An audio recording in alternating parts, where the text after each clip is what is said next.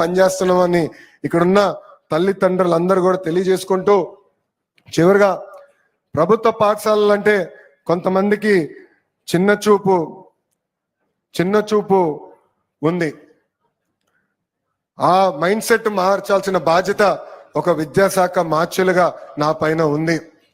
గౌరవ ముఖ్యమంత్రి గారు ఇప్పుడే కిందికి వస్తున్నప్పుడు ఆయన అడిగారు, భారతదేశంలో Andhra model of education number 1 ఎప్పటికల్లా మీరు చేస్తారని.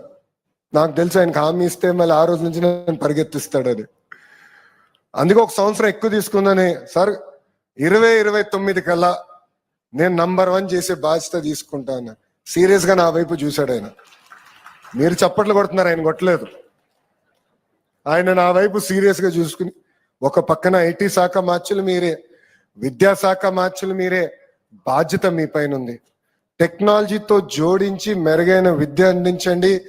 కేవలం 2 సంవత్సరాలు ఇస్తున్నా ఆంధ్ర మోడల్ ఆఫ్ ఎడ్యుకేషన్ భారతదేశంలోనే నంబర్ 1 చేయండి అనే ఆదేశాలు ఆయన ఈరోజు నాకు జారీ చేశారు.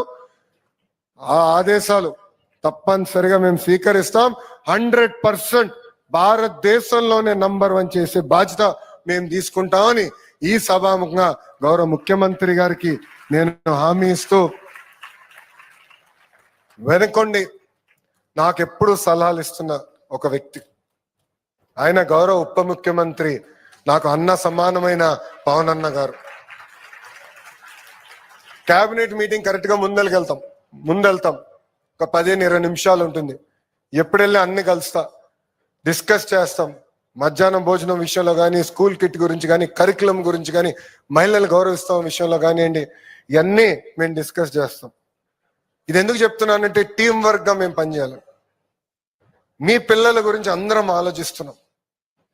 నాకు కూడా టైం టు టైం సలహాలు ఇచ్చి నడిపిన గౌరవ ఉప ముఖ్యమంత్రి గారికి, పవనన్నకి ఈ సభాముఖంగా నా కృతజ్ఞతలు కూడా తెలుపుకుంటూ, ఈ సభాముఖంగా ఆంధ్ర రాష్ట్రంలో ఉన్న తల్లిదండ్రులందరూ కూడా ఒక విషయం చెప్పాలనుకుంటున్నా. ఈరోజు ప్రభుత్వ పాఠశాలలో అద్భుతమైన యూనిఫామ్లు ఇస్తున్నాం, పుస్తకాలు ఇస్తున్నాం, బ్యాగులు ఇస్తున్నాం, చివరికి షూస్ కూడా ఇస్తున్నాం. ఏదో చదువుతో కాదు, పాఠాలతో పాటు ఆటలు, యోగా, ఇవన్నీ కూడా మేము నేర్పిస్తున్నాం. నైతిక విలువలు కూడా పిల్లలకి అందజేస్తున్నాం.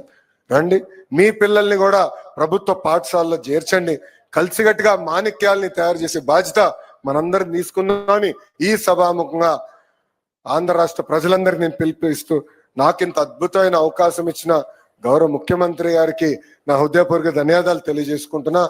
ఎందుకంటే ఎప్పుడు నేను ఏం అడిగినా విద్యా విధానంలో అనేక సంస్కరణలు తీసుకురావాలనుకుంటున్నాను సార్. ఇట్లా చేయాలనుకున్నప్పుడు కేబినెట్ మీటింగ్ లో కూడా అద్భుతంగా చర్చలు జరుగుతున్నాయి. టీచర్ ట్రాన్స్ఫర్ యాక్ట్ మీద సుమారుగా 30 నిమిషాల పాటు చర్చ జరిగింది. పర్ఫార్మెన్స్ ఇంప్రూవ్ చేయండి, లెర్నింగ్ అవుట్కమ్స్ ఇంప్రూవ్ చేయండి అని వెనుకొండి మమ్మల్ని నడిపిస్తున్న గౌరవ ముఖ్యమంత్రి గారు. నవ్వుతా నేను ఎప్పుడు చెప్తా ఉంటా, యువకులం, ఉత్సాహవంతులం, మిసైల్ లాంటి వాళ్ళం. కానీ గౌరవ ముఖ్యమంత్రి గారు ఆయనకున్న అనుభవాలతో ఆయన GPS లాంటి వారు. అంటే మిసైల్ ఎక్కడికి వెళ్ళాలి, సరే డైరెక్షన్ లో వెళ్తుందా లేదా అని టైం టు టైం చెక్ చేస్తూ మాకు చెప్తా ఉంటారు. లేదంటే మేము మా పైన పడి మొత్తం సెల్ఫ్ డిస్ట్రక్షన్ చేసే పరిస్థితి కూడా ఉంటుంది. అందుకే అద్భుతమైన టీం ఉంది.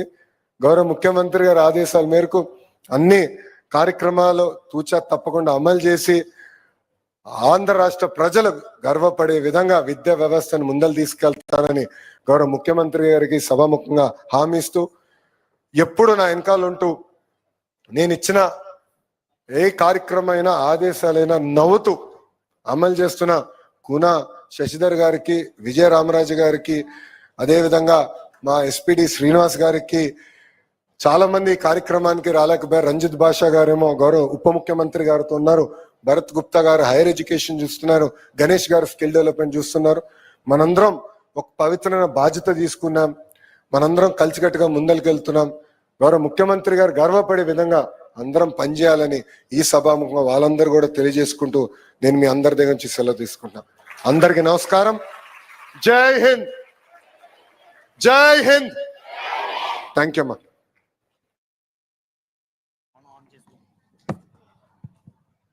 Thank you for your valuable words, sir.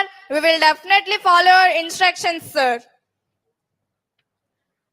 బాలికలకు